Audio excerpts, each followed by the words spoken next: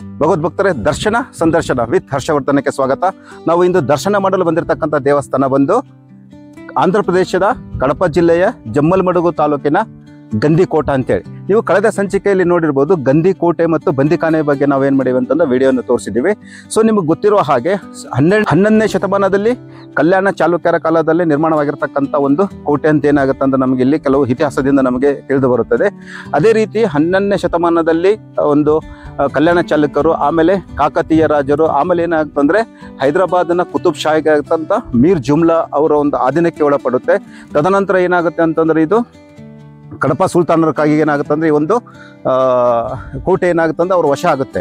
ಆಮೇಲೆ 1800 ಇಸ್ವಿಯಲ್ಲಿ ಏನಾಗುತ್ತೆ ಅಂದರೆ ಒಂದು ಬ್ರಿಟಿಷರ ಆಧೀನಕ್ಕೆ ಬರ್ತಕ್ಕಂಥ ಒಂದು ಏನಾಗಿದೆ ಅಂತಂದ್ರೆ ಕಂಪ್ಲೀಟ್ ಈ ಕೋಟೆ ಇದ್ದ ಬಗ್ಗೆ ನಾವು ಸಂಪೂರ್ಣ ಮಾಹಿತಿಯನ್ನು ತಿಳಿದುಕೊಂಡು ಬಂದಿವಿ.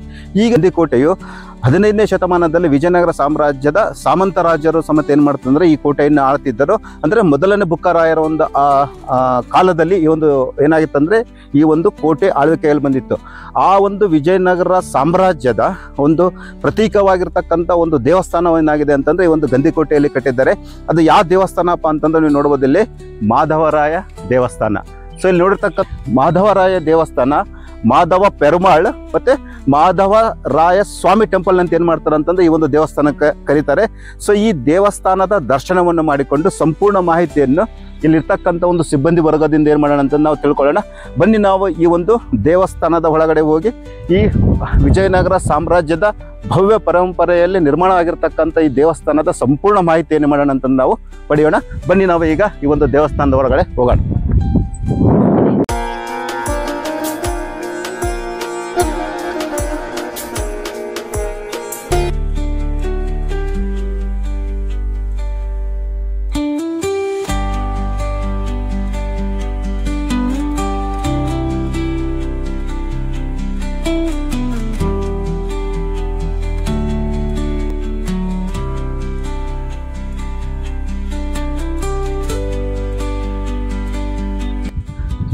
ಸೊ ನಾವು ಈ ಗೋಪುರವನ್ನು ನೋಡಿದರೆ ನಮಗೆ ವಿಜಯನಗರ ಸಾಮ್ರಾಜ್ಯ ಮುಖ್ಯ ಸ್ಥಾನವಾಗಿರ್ತಕ್ಕಂಥ ಹಂಪಿ ಏನಾಗುತ್ತೆ ಅಂದರೆ ನಮಗೆ ನೆನಪಾಗುತ್ತೆ. ಹಂಪಿಯಲ್ಲಿ ಸಮೇತ ನಮಗೆ ವಿರೂಪಾಕ್ಷೇಶ್ವರ ದೇವಸ್ಥಾನ, ಇನ್ನಿತರ ದೇವಾಲಯಗಳು ಏನಾಗುತ್ತೆ ಅಂದರೆ ಇದೇ ಒಂದು ವಿಜಯನಗರ ಶೈಲಿಯಲ್ಲಿ ನಿರ್ಮಾಣ ಮಾಡಿರ್ತಕ್ಕಂಥ ಒಂದು ಗೋಪುರ ಏನಾಗುತ್ತೆ ಅಂದ್ರೆ ನಮಗೀಗ ಕಾಣ್ತಾ ಇದೆ. ಬನ್ನಿ, ನಾವು ಈಗ ಈ ಗೋಪುರದ ಮುಖ್ಯ ದ್ವಾರದಿಂದ ಏನು ಮಾಡೋಣ ಅಂತಂದರೆ ಆ ಮಾಧವರಾಯ ಸ್ವಾಮಿ ಟೆಂಪಲ್ ಒಳಗಡೆ ಹೋಗಿ ಆ ಒಂದು ದೇವರ ಅಂದರೆ ಒಳಗಡೆ ಏನಿದೆ ಅಂತಕ್ಕಂಥದ್ದು ಏನು ಮಾಡೋಣ ಅಂತ ನಾವು ವೀಕ್ಷಣೆ ಮಾಡೋಣ. ಬನ್ನಿ ವೀಕ್ಷಕರೇ.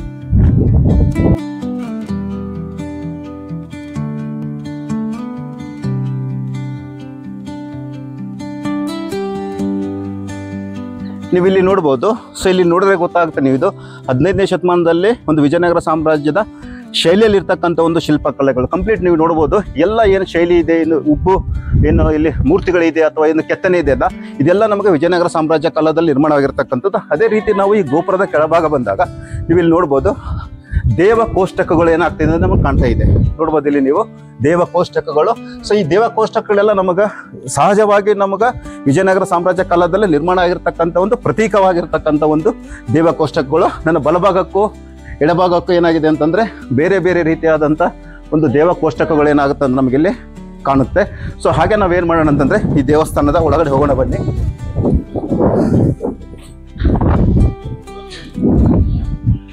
ಈ ಮುಖ್ಯ ದ್ವಾರದ ಒಳಗಡೆ ಬಂದರೂ ಸಮೇತನು ನಮಗೆ ಏನಾಗುತ್ತಂದ್ರೆ ಎಡಭಾಗದಲ್ಲಿ ಮತ್ತು ಬಲಭಾಗದಲ್ಲಿ ಏನಾಗುತ್ತಂದ್ರೆ ವಿಜಯನಗರ ಕಾಲದ ಶೈಲಿಯಲ್ಲಿ ನಿರ್ಮಾಣವಾಗಿರ್ತಕ್ಕಂಥ ಒಂದು ಶಿಲ್ಪಕಲೆಗಳ ಪ್ರತೀಕ ಏನಾಗುತ್ತೆ ಅಂತ ನಮಗಿಲ್ಲಿ ಕಾಣುತ್ತೆ. ಈ ಗೋಪುರದ ಬಲಭಾಗಕ್ಕೆ ಹೋಗೋಣ. ಅಂದ್ರೆ ಈ ದೇವಸ್ಥಾನದ ಒಂದು ಆಗ್ನೇಯ ಭಾಗಕ್ಕೆ ಏನು ಮಾಡೋಣ ಅಂತ ನಾವು ಹೋಗಿ ಅಲ್ಲಿ ಏನು ವಿಶೇಷವಾದ ಸ್ಥಳಗಳಿದೆ ಮತ್ತೆ ಏನು ಅಲ್ಲಿ ಕಟ್ಟಡ ನಿರ್ಮಾಣ ಮಾಡಿದ್ದಾರೆ ಅಂತಕ್ಕಂಥ ಏನು ಮಾಡೋಣ ಅಂತಂದು ನಾವು ಒಂದೊಂದಾಗಿ ವಿವರವಾಗಿ ನೋಡ್ಕೊಂಡು ಹೋಗೋಣ. ಬನ್ನಿ.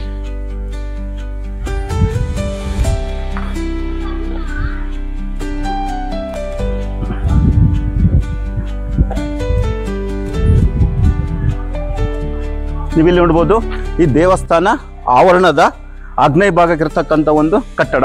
ಸೊ ಇದೇನಂತಂದ್ರೆ ಇದು ಪಾಕಶಾಲೆ. ಇದು ಈ ದೇವಸ್ಥಾನ ಆವರಣದಲ್ಲಿರ್ತಕ್ಕಂಥ ಅಂದ್ರೆ ಈ ಒಂದು ಆವರಣದಲ್ಲಿರ್ತಕ್ಕಂಥ ದೇವರುಗಳಿಗೆ ನೈವೇದ್ಯವನ್ನು ಮಾಡಲು ಈ ಒಂದು ಸ್ಥಳ ಏನ್ ಮಾಡ್ತಿದ್ರು ಅಂದ್ರೆ ಈ ಒಂದು ಪಾಕಶಾಲೆಯಾಗಿ ಏನ್ ಮಾಡ್ತಿದ್ರು ಅಂದ್ರೆ ಪಾಕಶಾಲೆ ಏನ್ ಮಾಡಿದ್ರು ಅಂತಂದ್ರೆ ಇಲ್ಲಿ ಕಟ್ಟಿದ್ರು. ಬನ್ನಿ, ಈ ಪಾಕಶಾಲೆ ಒಳಗಡೆ ಹೋಗಿ ನಾವು ಆ ಒಂದು ಪಾಕಶಾಲೆಯನ್ನು ನೋಡೋಣ.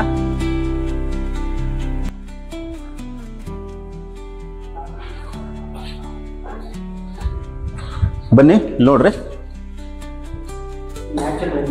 ಹಾಂ ಎಸ್.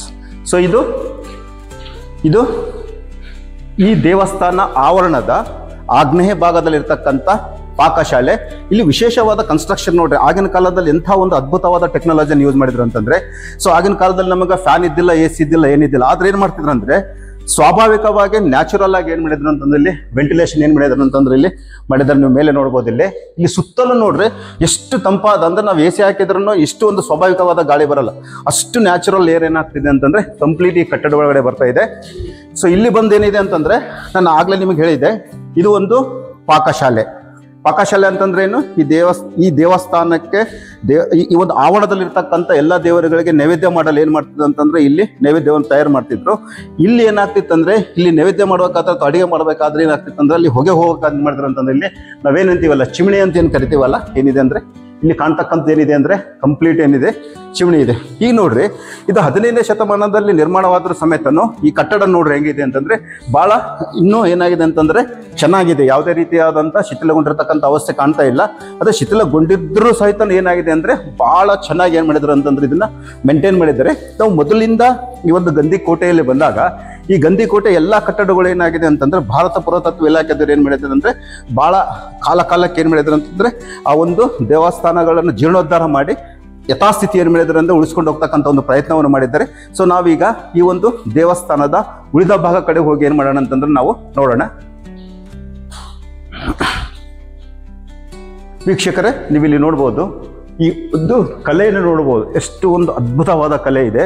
ನಾವು ಇತ್ತೀಚಿನ ದಿನಗಳಲ್ಲಿ ಇಂಥ ಒಂದು ಕಲೆಗಳನ್ನ ಎಲ್ಲಿ ನೋಡ್ತೀವಿ ಅಂತಂದ್ರೆ ನಾವು ಸೀರೆಗಳಲ್ಲಿ ನೋಡ್ತೀವಿ. ಅಂತಂದ್ರೆ ಈ ರೇಷ್ಮೆ ಸೀರೆ ಅಥವಾ ಮದುವೆಗಳಲ್ಲಿ ಉಪಯೋಗ ಮಾಡ್ತಕ್ಕಂಥ ಸೀರೆ, ಅಂಚಿಗೆ ಏನು ಯೂಸ್ ಮಾಡ್ತಾರಲ್ಲ ಆ ಕಲೆ ನೋಡಿ. ಇದೇ ಕಲೆನ ಏನ್ ಮಾಡಿದ್ರು ಅಂತಂದ್ರೆ ಆ ಸೀರೆ ಯೂಸ್ ಮಾಡ್ತಾ ಇದ್ರು. ಅಂದ್ರೆ ಇದು ಆಗ ಎಂಥ ಒಂದು ಅದ್ಭುತವಾದ ಒಂದು ಕಲೆ ಇತ್ತು. ಆಮೇಲೆ ಯಾವ ತರ ಅಲ್ಲಿ ಕಲೆಗಾರರಿದ್ರು ಅಂತಕ್ಕಂಥ ಏನಾಗ್ತಂದ್ರೆ ನಮ್ಗೆ ಇಂತಹ ಒಂದು ದೇವಸ್ಥಾನಗಳು ಕಟ್ಟಡಗಳನ್ನು ನೋಡಿದಾಗ ಏನಾಗುತ್ತೆ ನಮ್ಗೆ ಗೊತ್ತಾಗುತ್ತೆ. ಇದಷ್ಟೇ ಇಲ್ಲ, ಈ ಹೊರಗಡೆ ಬಂದಾಗ ನೋಡ್ಬೋದು ನೀವು, ಇಲ್ಲೇನಿದೆ ಅಲ್ಲ, ಇಲ್ಲಿ ಕಾಣ್ತಕ್ಕಂಥ ಶಿಲ್ಪಕಲೆಗಳು ಇರ್ಬೋದು. ನೀವು ಇಲ್ಲಿರ್ತಕ್ಕಂಥ ಶಿಲ್ಪಕಲೆಗಳು ನೀವು ನೋಡ್ಬೋದು ಇಲ್ಲಿ.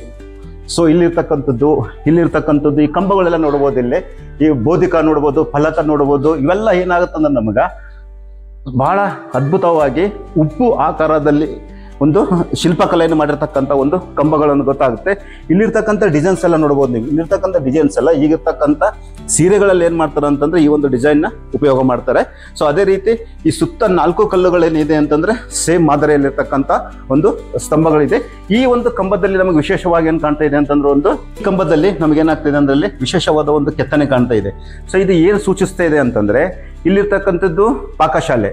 ಈ ಪಾಕಶಾಲೆ ಮುಂಭಾಗದಲ್ಲಿ ಅಂದ್ರೆ ಇದು ಏನ್ ಡೈರೆಕ್ಷನ್ ತೋರಿಸ್ತಿದೆ ಅಂದ್ರೆ ನಮ್ಗೆ ಇಲ್ಲಿ ಪಂಕ್ತಿ ಭೋಜನದ ಒಂದೇನಿದೆ ಅಂತಂದ್ರೆ ಹಾಲ್ ಇದೆ. ಅಂದ್ರೆ ನಾವೇನಂತೀವಿ ಅಂದ್ರೆ ಡೈನಿಂಗ್ ಹಾಲ್ ಅಂತ ಏನ್ ಹೇಳ್ತೀವಲ್ಲ, ಡೈನಿಂಗ್ ಹಾಲ್ ಏನಾಗಿದೆ ಅಂತಂದ್ರೆ ಇಲ್ಲಿ ಕಂಪ್ಲೀಟ್ ಇಲ್ಲ ಆಗ್ತಿತ್ತು. ಅಂದ್ರೆ ಈ ಸೈಡ್ ಮತ್ತು ಈ ಸೈಡ್ ಏನಾಗ್ತಿದೆ ಅಂದ್ರೆ ಇಲ್ಲಿ ಊಟ ಕೂಡ್ತಾ ಇದ್ರು. ಸೊ ಇದು ಪಂಕ್ತಿ ಭೋಜನಾಲಯ ಆಗಿರೋದ್ರಿಂದ ಅಲ್ಲಿ ಏನಾಗಿದೆ ಅಂತಂದ್ರೆ ನಮಗಲ್ಲಿ ಆ ಕಂಬದಲ್ಲಿ ಏನ್ ಮಾಡಿದ್ದಾರೆ ಅಂದ್ರೆ ಪಂಕ್ತಿ ಭೋಜನದ ಪ್ರತೀಕವಾಗಿ ಅಲ್ಲಿ ಮೂರ್ತಿ ಏನ್ ಮಾಡಿದ್ದಾರೆ ಅಂತಂದ್ರೆ ಅಲ್ಲಿ ಕೆತ್ತನೆ ಮಾಡಿದ್ದಾರೆ. ಸೊ ಈ ಒಂದು ಪಂಕ್ತಿ ಭೋಜನದ ವಿಶೇಷತೆ ಏನಿದೆ, ಈ ಒಂದು ಹಾಲಿನ ಆರ್ಕಿಟೆಕ್ಚರ್ ಏನಿದೆ ಅಂತಕ್ಕಂಥದ್ದು ಆಮೇಲೆ ನಾವೇನ್ ಮಾಡೋಣ ಅಂತಂದ್ರೆ ಸಂದರ್ಶನದಲ್ಲಿ ಈ ಗ್ರಾಮದಲ್ಲಿರ್ತಕ್ಕಂಥ ಗ್ರಾಮಸ್ಥರಿಂದ ಏನ್ ಮಾಡೋಣ ಅಂತಂದ್ರೆ ನಾವು ಸಂಪೂರ್ಣ ಮಾಹಿತಿಯನ್ನು ತಿಳ್ಕೊಳ್ಳೋಣ. ಸೊ ನಾವೇನ್ ಮಾಡೋಣ ಅಂತಂದ್ರೆ ಹೀಗೆ ಬರೋಣ ಬನ್ನಿ. ನಾವೀಗ ಈ ಪಂಕ್ತಿ ಭೋಜನದ ಅಂತಂದ್ರೆ ಈ ಒಂದು ಮಾಧವರಾಯ ದೇವಸ್ಥಾನದ ಬಲಭಾಗದಲ್ಲಿ ಏನಿತ್ತಂದ್ರೆ ನಮಗೆ ಆಗ್ನೇಯ ಮೂಲೆಗೆ ಏನಿತ್ತಂದ್ರೆ ಅಲ್ಲಿ ಪಾಕಶಾಲೆ. ಆ ಪಾಕಶಾಲೆ ಮುಂಭಾಗದಲ್ಲಿ ಏನಾಗಿದೆ ಅಂತಂದ್ರೆ ಕಂಪ್ಲೀಟ್ ಇಲ್ಲಿ ನಮ್ಗೆ ಕಾಣ್ತಕ್ಕಂಥ ಏನಪ್ಪಾ ಅಂತಂದ್ರೆ ಇದು ಪಂಕ್ತಿ ಭೋಜನ. ಅಂದ್ರೆ ಎರಡೂ ಕಡೆ ಏನ್ ಮಾಡ್ತಿದ್ರು ಅಂದ್ರೆ ಊಟಕ್ಕೆ ಕೂಡಿಸ್ತಾ ಇದ್ರು. ಊಟಕ್ಕೆ ಕೂಡಿಸಿ ಏನ್ ಮಾಡ್ತಂದ್ರೆ ಬಡಿಸ್ತಾ ಇದ್ರಲ್ಲ, ಅಡಿಗೆ ಮಾಡೋದು ಇಲ್ಲಿ ಬಂದು ಏನ್ ಮಾಡ್ತಂದ್ರೆ ಊಟಕ್ಕೆ ಕೂಡಿಸಿದ್ರೆ ನಾವೇನ್ ಹೇಳ್ತೀವಲ್ಲ ಡೈನಿಂಗ್ ಹಾಲ್ ಅಂತ ಕರಿತೀವಲ್ಲ, ಇಲ್ಲಿ ಏನಿತ್ತಂದ್ರೆ ಡೈನಿಂಗ್ ಹಾಲ್ ಇತ್ತು. ಬನ್ನಿ ಹಾಗೆ ನಾವೇನ್ ಮಾಡೋಣ ಅಂತಂದ್ರೆ ಈ ಒಂದು ದೇವಸ್ಥಾನದ ಆ ಕೊನೆ ಭಾಗಕ್ಕೆ ಹೋಗಿ ಅಲ್ಲಿ ಏನ್ ವಿಶೇಷತೆ ಇದೆ ಅಂತಕ್ಕಂಥ ಏನ್ ಮಾಡೋಣ ಅಂತ ನಾವು ನೋಡೋಣ ಬನ್ನಿ. ಸೊ ಕಂಪ್ಲೀಟ್ ಈ ಒಂದು ಪ್ರತಿಯೊಂದು ಕಂಬದ್ದು ಈ ಆರ್ಕಿಟೆಕ್ಚರ್ ಅಲ್ಲಿ ಏನ್ ವಿಶೇಷತೆ ಇದೆ ಅಂತಕ್ಕಂಥ ನಾವು ಸಂದರ್ಶನದಲ್ಲಿ ಸಂಪೂರ್ಣ ಮಾಹಿತಿ ಏನ್ ಮಾಡೋಣ ಅಂತಂದ್ರೆ ನಾವು ನೋಡೋಣ ಬನ್ನಿ. ಹೋಗೋಣ ಬನ್ನಿ ನಾವೀಗೆ.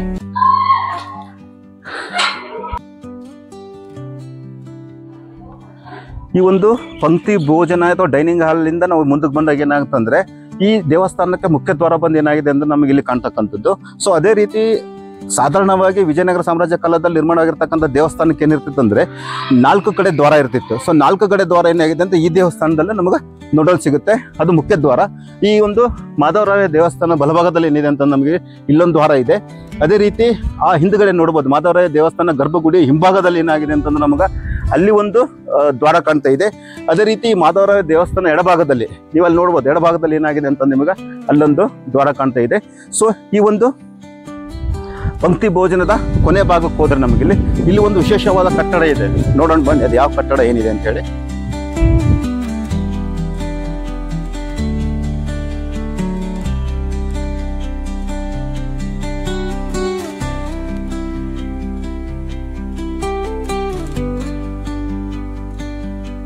ನೋಡ್ಬೋದು ಈ ದೇವಸ್ಥಾನದ ಮತ್ತೊಂದು ಏನಾಗಿದೆ ಅಂತಂದ್ರೆ ಮೂಲೆ ಭಾಗದಲ್ಲಿ ಏನ್ ಕಾಣ್ತಾ ಇದೆ ನಮ್ಗೆ ಇಲ್ಲಿ ಕಾಣ್ತಕ್ಕಂಥದ್ದು ಏನಂತಂದ್ರೆ ಇದು ಕಲ್ಯಾಣ ಮಂಟಪ. ನೋಡ್ರಿ, ಈಗಿನ ಕಾಲದಲ್ಲಿ ನಾವು ಆರ್ಟಿಫಿಷಿಯಲ್ ಆಗಿ ಏನ್ ಮಾಡ್ತೇವೆ ಅಂತಂದ್ರೆ ಕಲ್ಯಾಣ ಮಂಟಪಗಳನ್ನ ನಿರ್ಮಾಣ ಮಾಡ್ತೀವಿ ಅಂತಂದ್ರೆ ಒಂದು ಡೆಕೋರೇಷನ್ ಏನಾಗ್ಲಿ, ಅಲ್ಲಿ ನೋಡ್ರಿ ಎಷ್ಟು ಸ್ವಾಭಾವಿಕವಾಗಿ ಏನ್ ಮಾಡಿದಾರೆ ಅಂತಂದ್ರೆ ಈ ಒಂದು ವಿಜಯನಗರ ಸಾಮ್ರಾಜ್ಯ ಕಾಲದಲ್ಲಿ ಈ ಒಂದು ದೇವಸ್ಥಾನದ ಆವರಣದಲ್ಲಿ ಏನ್ ಮಾಡಿದ್ರು ಅಂತ ನಮ್ಗೆ ಒಂದು ಕಲ್ಯಾಣ ಮಂಟಪವನ್ನು ನಿರ್ಮಾಣ ಮಾಡಿದ್ದಾರೆ. ಈ ಕಲ್ಯಾಣ ಮಂಟಪದ ಪ್ರತಿಯೊಂದು ಕಂಬಗಳು ನೋಡಿದ್ರು ನಮಗೆ ಏನ್ ಅನಿಸ್ತದೆ ಅಂತಂದ್ರೆ ವಿಜಯನಗರ ಸಾಮ್ರಾಜ್ಯದ ಪ್ರತೀಕವಾಗಿ ಏನಾಗುತ್ತೆ ನಮಗೆ ಕಾಣ್ತಾ ಇದೆ. ಅದೇ ರೀತಿ ನಾವು ಏನ್ ಮಾಡೋಣ ಅಂತಂದ್ರೆ ಈ ಒಂದು ದೇವಸ್ಥಾನದ ಇನ್ನೊಂದು ಭಾಗಕ್ಕೆ ಏನ್ ಮಾಡೋಣ ಅಂತಂದ್ರೆ ನಾವು ಹೋಗೋದು. ಇವೆಲ್ಲ ನೋಡ್ಬೋದು ನಿಮಗೆ ಮಂಟಪಗಳು ಎಷ್ಟು ಸುಂದರವಾಗಿ ನಿರ್ಮಾಣ ಮಾಡಿರ್ತಕ್ಕಂಥ ಒಂದು ಮಂಟಪಗಳು ಏನಾಗ್ತದೆ ನಮಗೆ ಕಾಣ್ತಾ ಇದೆ. ಈ ದೇವಸ್ಥಾನದ ಹಿಂಭಾಗದಲ್ಲಿ ಇರ್ತಕ್ಕಂಥ ಗೋಪುರ ಏನಾಗಿದೆ ಅಂದ್ರೆ ಕಂಪ್ಲೀಟ್ ಏನಾಗಿದೆ ಅಂದ್ರೆ ನಮಗಲ್ಲಿ ಶಿಥಿಲಗೊಂಡಿದೆ. ಬನ್ನಿ ನಾವು ಹೀಗೆ ಈ ದೇವಸ್ಥಾನದ ಮತ್ತೊಂದು ಭಾಗಕ್ಕೆ ಹೋಗಿ ಆ ಒಂದು ಜಾಗದ ವಿಶೇಷತೆ ಏನಿದೆ ಅಂತಕ್ಕಂಥ ಏನ್ ಮಾಡೋಣ ಅಂತಂದ್ರೆ ನಾವು ತಿಳ್ಕೊಳ್ಳೋಣ.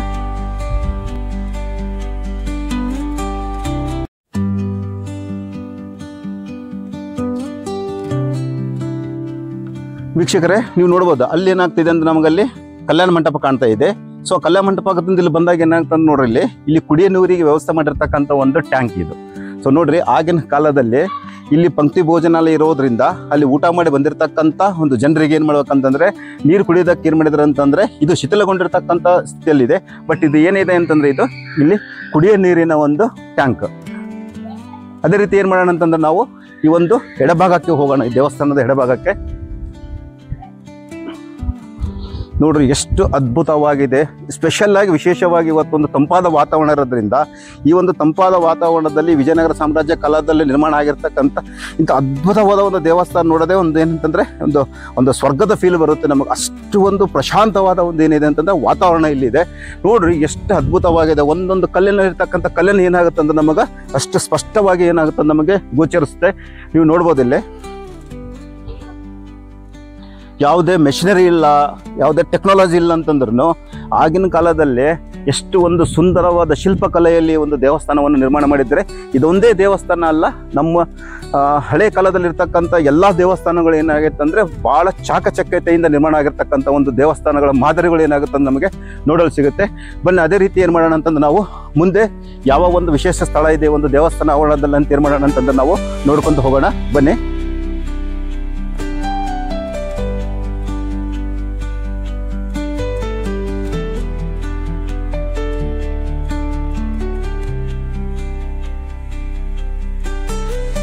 ಇದು ಈ ದೇವಸ್ಥಾನದ ಮತ್ತೊಂದು ದ್ವಾರ. ದೇವಸ್ಥಾನದ ಮತ್ತೊಂದು ದ್ವಾರ ಇದೆ. ಸೊ ಬನ್ನಿ ನಾವೀಗ ಇಲ್ಲಿ ಮತ್ತೊಂದು ದೇವಸ್ಥಾನ ಇದೆ. ಇದು ಯಾವ ದೇವಸ್ಥಾನ ಅಂತ ಏನ್ ಮಾಡೋಣ ಅಂತ ನಾವು ಒಳಗಡೆ ಹೋಗಿ ನೋಡೋಣ. ಇಲ್ಲಿ ಕಾಣ್ತಕ್ಕಂಥ ದೇವಸ್ಥಾನ ಬಂದು ಗಜಲಕ್ಷ್ಮಿಯ ದೇವಸ್ಥಾನ. ಇಲ್ಲಿ ನೋಡ್ಬೋದು ಇದು ಬಂದು ಮುಖ್ಯ ದ್ವಾರ. ಇಲ್ಲಿ ಕಾಣ್ತಕ್ಕಂಥದ್ದೇನು ಮುಖ್ಯ ದ್ವಾರ. ನಮ್ಗೆ ಇಲ್ಲಿ ನೋಡ್ತಾ ಇರತಕ್ಕಂಥದ್ದು ಯಾವುದು ಗಜಲಕ್ಷ್ಮಿ. ಇಲ್ಲಿ ಒಟ್ಟು ಈ ಒಂದು ಮುಖ್ಯ ದ್ವಾರಕ್ಕೆ 3 ಭಾಗಗಳಿದ್ದು ಲಲಾಟದಲ್ಲಿ ನೋಡ್ಬೋದು ನಿಮಗೆ ಏನ್ ಕಾಣ್ತಾ ಇದೆ ಅಂತ ಇಲ್ಲಿ ಗಜಲಕ್ಷ್ಮಿ ಕಾಣ್ತಾ ಇದ್ದಾಳೆ, ಅಥವಾ ನಾವೇನಂತೀವಿ ಅಂದ್ರೆ 2 ಆನೆಗಳು ಏನ್ ಮಾಡ್ತಾ ಇದೆ ಅಂತ ಇಲ್ಲಿ ಅಭಿಷೇಕ ಮಾಡೋದ್ರಿಂದ ಅಭಿಷೇಕ ಲಕ್ಷ್ಮಿ ಅಂತ ಸಮೇತನೆ ಅಂದ್ರೆ ನಾವು ಕರಿಬಹುದು. ಸೊ ಉಳಿದ 2 ಭಾಗದಲ್ಲಿ ಏನಿದೆ ಅಂತಂದ್ರೆ ನಮಗೆ ಇಲ್ಲಿ ಉಬ್ಬು ಅಂದ್ರೆ ದೇವಕೋಷ್ಟಕಗಳು ಏನಾಗ್ತದೆ ಅಂದ್ರೆ ನಮಗೆ ನೋಡಲು ಸಿಗ್ತಾ ಇದೆ. ಇದು ಸಮೇತನ ವಿಜಯನಗರ ಕಾಲದ ಒಂದು ಶೈಲಿಯಲ್ಲಿ ನಿರ್ಮಾಣ ಆಗಿರ್ತಕ್ಕಂಥ ಒಂದು ಏನಾಗಿದೆ ಅಂತ ನಮಗೆ ಇಲ್ಲಿ ಮುಖ್ಯ ದ್ವಾರ ಕಾಣ್ತಾ ಇದೆ. ಸೊ ನಾವೀಗ ಏನ್ ಮಾಡೋಣ ಅಂತಂದ್ರೆ ಈ ಒಂದು ದೇವಸ್ಥಾನದ ಒಳಗಡೆ ಹೋಗೋಣ.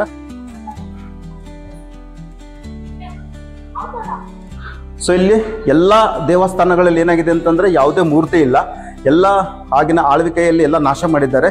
ಸೊ ನಾವೀಗ ಈ ಗಜಲಕ್ಷ್ಮಿ ದೇವಸ್ಥಾನಕ್ಕೆ ಒಳಗಡೆ ಬಂದಾಗ ಏನ್ ಕಾಣ್ತದೆ ಅಂದ್ರೆ ನಮ್ಗೆ ಇಲ್ಲಿ ನೋಡ್ಬೋದು ನೀವು ಇಲ್ಲಿ ಒಂದು ಸಭಾ ಮಂಟಪ ಇದೆ. ನಮಗಿಲ್ಲಿ ಏನಾಗ್ತಿದೆ ಅಂದ್ರೆ ಸಭಾ ಮಂಟಪ ಕಾಣ್ತಾ ಇದೆ. ಸೊ ಹಾಗೆ ಏನ್ ಮಾಡೋಣ ಅಂತಂದ್ರೆ ನಾವು ಮುಂದಕ್ಕೆ ಹೋಗೋಣ.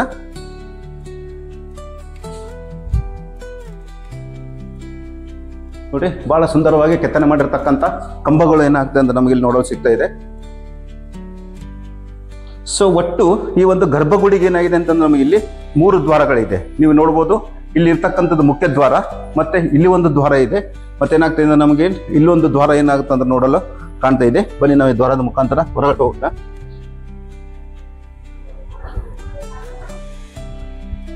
ಸೊ ಈ ದೇವಸ್ಥಾನದ ಪಕ್ಕಕ್ಕೆ ಬಂದ್ರೆ ಏನಾಗುತ್ತಂದ್ರೆ ಮತ್ತೆ ಇಲ್ಲಿ ಮತ್ತೊಂದು ದೇವಸ್ಥಾನ ನಮಗೆ ನೋಡಲು ಸಿಗುತ್ತೆ. ಬನ್ನಿ ನಾವು ಈ ದೇವಸ್ಥಾನದ ಒಳಗಡೆ ಹೋಗೋಣ.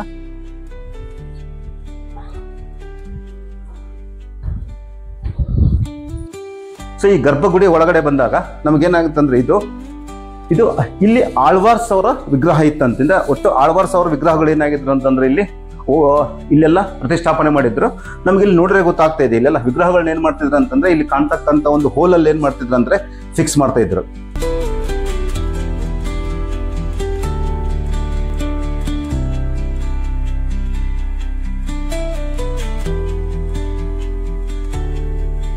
ಆಳ್ವಾರ್ಸ್ಗಳ ವಿಗ್ರಹಗಳನ್ನು ನಿರ್ಮಾಣ ಮಾಡಿರ್ತಕ್ಕಂಥ ಒಂದು ದೇವಸ್ಥಾನ. ಸೊ ಈಗ ಯಾವುದೇ ಆಳ್ವಾರ್ಸ್ ಆಗಿರ್ಬೋದು ಅಥವಾ ಯಾವುದೇ ದೇವರ ಮೂರ್ತಿ ಏನಾಗ್ತದೆ ನಮಗೆ ನೋಡಲು ಇಲ್ಲಿ ಸಿಗೋದಿಲ್ಲ. ಇಂತಹ ಒಂದು ಅದ್ಭುತವಾದಂಥ ಟೆಕ್ನಾಲಜಿನ ಯೂಸ್ ಮಾಡಿ ಈ ಗೋಪುರ ನಿರ್ಮಾಣ ಮಾಡಿದ್ದಾರೆ ಅಂತಂದ್ರೆ ನೀವು ಇಲ್ಲಿ ಒಂದು ಉದಾಹರಣೆ ನೀವು ನೋಡ್ಬೋದು. ಇಲ್ಲಿ ಕಾಣ್ತಕ್ಕಂಥ ಏನಂತಂದ್ರೆ ಗೋಪುರ ಇದೆ, ಇಲ್ಲಿ ನೋಡ್ಬೋದು ಇಲ್ಲಿ ಬಂಡೆಗಳು ಹಾಕಿದ್ದಾರೆ. ಈ ಬಂಡೆಗಳ ಮೇಲೆ ಏನ್ ಮಾಡಿದ್ದಾರೆ ಅಂತಂದ್ರೆ ಈ ಶಿಲ್ಪಕಲೆಯಲ್ಲಿ ಇರ್ತಕ್ಕಂಥ ಒಂದ್ರ ಮೇಲೆ ಒಂದು ಕಲ್ಲುಗಳು ಏನ್ ಮಾಡಿದ್ದಾರೆ ಅಂತಂದ್ರೆ ಹೀಗೆ ಜೋಡಿಸ್ಕೊಂತ ಹೋಗಿದ್ದಾರೆ. ಬಟ್ ನಿಮ್ಗೆ ಅಪರೂಪವಾಗಿ ನಿಮಗೇನಾಗ್ತಂದ್ರೆ ಇಲ್ಲಿ ಒಂದು ವಿಶೇಷವಾಗಿ ಕಲ್ಲುಗಳನ್ನ ಏನ್ ಮಾಡಿದ್ದಾರೆ ಅಂತಂದ್ರೆ ಇಂಟರ್ಲಾಕ್ ಮಾಡಿದ್ದಾರೆ. ಆ ಕಲ್ಲುಗಳನ್ನ ಯಾವ ರೀತಿ ಇಂಟರ್ಲಾಕ್ ಮಾಡಿದ್ದಾರೆ ಅಂತಂದ್ರೆ ನೀವು ಇಲ್ಲಿ ನೋಡ್ಬೋದು, ಇಲ್ಲಿ ಬರ್ಬೋದು, ನೀವು ಕಣ್ಣಿಗೆ ಕಾಣ್ತಾ ಇದೆ, ಇಲ್ಲಿ ನೋಡ್ಬೋದು. ನೋಡ್ರಿ ಎಂತಹ ಅದ್ಭುತವಾದ ಒಂದು ಟೆಕ್ನಾಲಜಿ ಇಲ್ಲಿ ಯೂಸ್ ಮಾಡಿದಾರೆ ಅಂತಂದ್ರೆ ಈ ಕಲ್ಲು ಮತ್ತೆ ಈ ಕಲ್ಲು ಮಧ್ಯೆ ಏನಾಗಿದೆ ಅಂತಂದ್ರೆ ಇಲ್ಲಿ ಒಂದು ಕಬ್ಬಿಣವನ್ನು ಯೂಸ್ ಮಾಡಿ ಏನ್ ಮಾಡಿದಾರೆ ಅಂತಂದ್ರೆ ಇಲ್ಲಿ ಈ ಒಂದು ಕಲ್ಲುಗಳನ್ನ ಏನ್ ಮಾಡಿದಾರೆ ಅಂದ್ರೆ ಇಂಟರ್ಲಾಕಿಂಗ್ ಸಿಸ್ಟಮ್ ಮಾಡಿದಾರೆ ಅಂತ. ಆಗಿನ ಕಾಲದಲ್ಲೇ ಎಂತಹ ಒಂದು ಅದ್ಭುತವಾದ ಒಂದು ಟೆಕ್ನಾಲಜಿನ ಯೂಸ್ ಮಾಡಿ ಕಟ್ಟಡಗಳನ್ನು ಕಟ್ತಾ ಇದ್ರು. 15ನೇ ಶತಮಾನದಲ್ಲೇ ನಿರ್ಮಾಣವಾಗಿರ್ತಕ್ಕಂಥ ಸರಿಸುಮಾರು ಅಂತಂದ್ರೆ 500-600 ವರ್ಷಗಳಾದ್ರ ಸಮೇತ ಗೋಪುರ ಏನಾಗಿದೆ ಅಂತಂದ್ರೆ ಈ ಕಲ್ಲು ಕಟ್ಟಡ ಯಾವುದೇ ರೀತಿಯಾಗಿ ಶಿಥಿಲಗೊಂಡಿಲ್ಲ. ಅದೇ ರೀತಿ ಇಂಟರ್ಲಾಕಿಂಗ್ ಸಿಸ್ಟಮ್ ಅಲ್ಲಿ ಇದೆ, ನೀವು ಇಲ್ಲಿ ನೋಡ್ಬೋದು. ಈಗ ಇಲ್ಲಿ ಇಂಟರ್ಲಾಕಿಂಗ್ ಸಿಸ್ಟಮ್ ಏನಾಗುತ್ತೆ ಅಂದ್ರೆ ಇಲ್ಲಿ ಕಲ್ಲು ಹೊಡೆದಿರೋದ್ರಿಂದ ನಮ್ಗೆ ಕಾಣ್ತಾ ಇದೆ.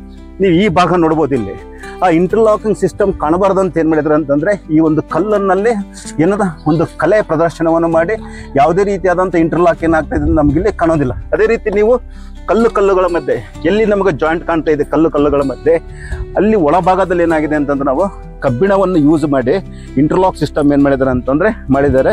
ಎಂಥ ಒಂದು ಅದ್ಭುತವಾದ ಟೆಕ್ನಾಲಜಿಯನ್ನು ಯೂಸ್ ಮಾಡಿ ಈ ಒಂದು ಗೋಪುರವನ್ನು ನಿರ್ಮಾಣ ಮಾಡಿದ್ದಾರೆ ನೋಡ್ಬೋದು. ಈಗ